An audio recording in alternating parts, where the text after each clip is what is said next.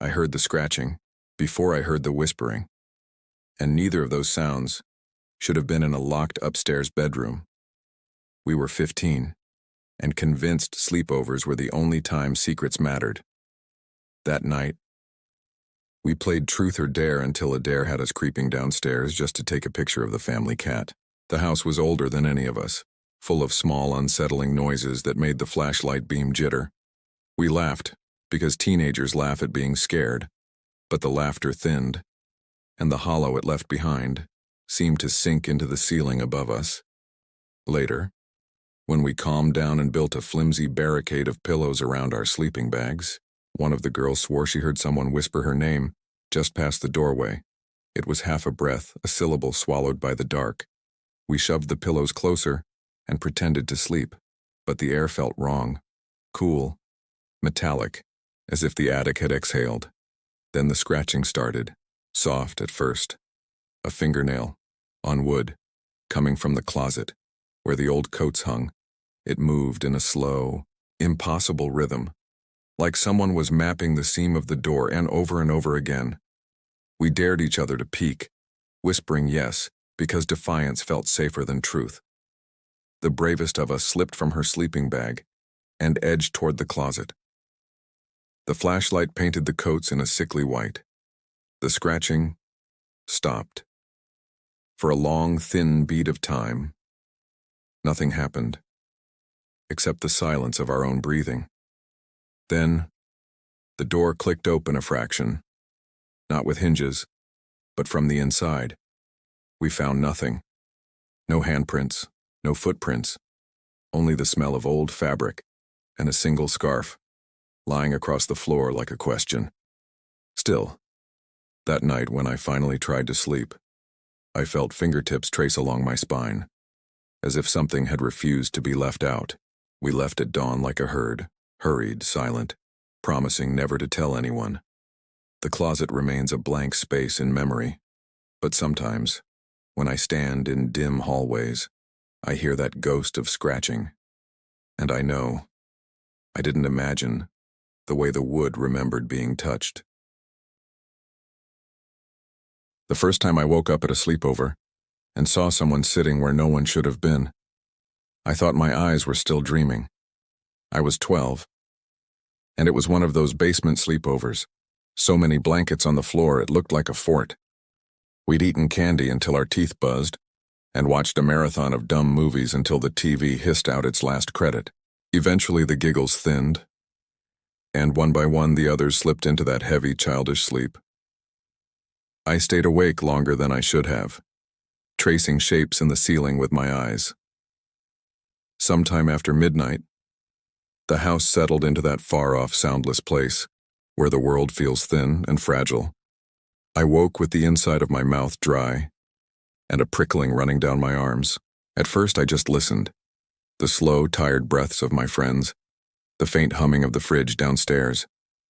Then I saw it. A silhouette, on the edge of the couch.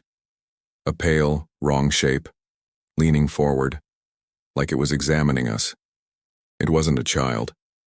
It was too tall, too long-limbed, and it sat absolutely still, as if studying the rise and fall of our chests.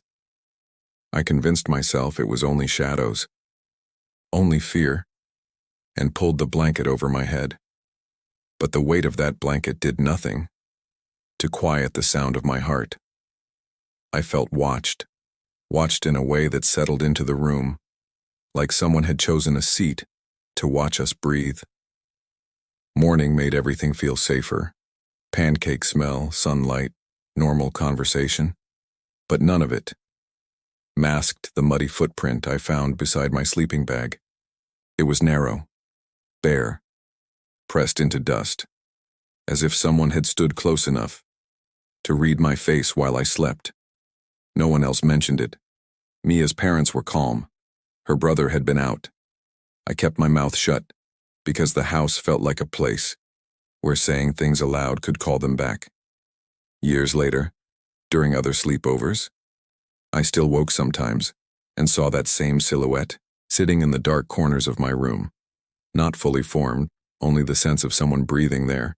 Once, On the edge of sleep, I thought I felt cloth against my hand, a cold fingertip, tracing the blanket. I pulled my hand away, jerked awake, with sweat on my palms. Whatever had sat on that basement couch was never invited in, but it learned where to sit and how to wait. The Polaroid is why the photo still bothers me. It showed us asleep, and someone standing at our feet, in a way that didn't belong to any of us. We were 16, in a house near the lake, where my friend Tanya's aunt kept old cameras and mismatched furniture. It was nostalgic and a little creepy, in the soft, elegant way old things can be. Midway through the night, we decided to play at being adults, drinking soda from chipped teacups and taking Polaroids in the dim lamplight. Instant photos felt like capturing a memory before it could change. We fell asleep, clustered on the living room floor. The house sighed around us. I woke once, to a cold spot at my feet, and a faint click, like the shutter of an old camera. I told myself it was the house. Settling, morning came with the sour sweetness of coffee and a strange silent tension. Tanya was the first to shuffle into the kitchen and suddenly froze. She was holding a Polaroid in her hand. The photo was of us, blanketed, tangled hair, mouths slack, in the soft peace of sleep. But behind us, framed in the shadows, was the vague outline of a person, standing between the lamp and the couch.